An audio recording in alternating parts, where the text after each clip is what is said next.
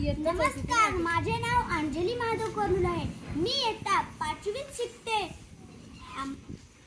इयत्ता 4थीची नाट छोट्या आम्हाला हवाय मोबाईल. माझं एकदा एक नाही, मी आता मोठी झाले असं तूच काय नाही म्हणालीस. मग मलाही सगळ्यासारखा एक छान मोबाईल फोन पाहिजे की नाही. कशासाठी म्हणजे काय, बोलण्यासाठीच ना तो फोन. वा, गंमतच आहे.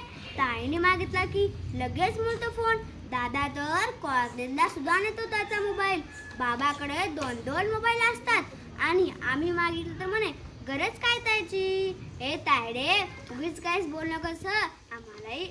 ए तायडे, उगीच काहीच बोलणं कसं आम्हालाही महत्वाचं काम असतात. महत्वाचं बोलायचं असतं. दादाचा फोन मी घेते कधी कधी फक्त गेम खेळण्यासाठीच ग. बोलण्यासाठी काय करावं मग. आई, पुढल्या महिन्यात माझा वाढदिवस येतोय. बर्थडे पार्टीला मैत्रिणीला बोलण्यासाठी किती मज्जा येईल.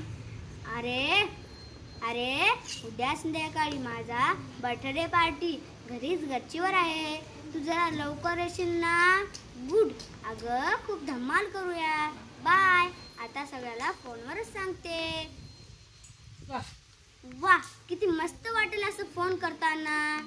अगं आई, शाळेत अचानक सुट्टी घ्यावी लागली तर उगीच सरांची बोलणी ऐकावी लागती.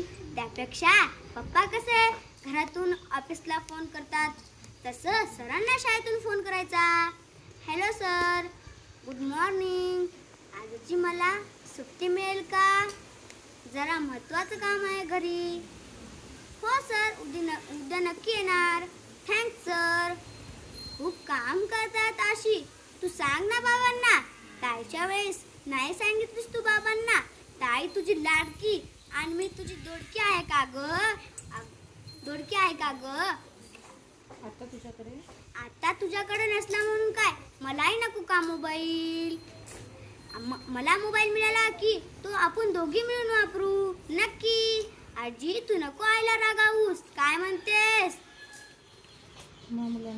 तुम्हा मुलांना मोबाईलवर बोलायचं भानच नसते. अगं, मोबाईल फोनामुळे कोणालाही संपर्क करता येतो.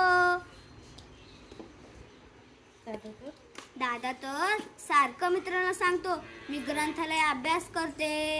अगं, असं मोठं माणसं करतात, आम्ही मुलं नाही करणार.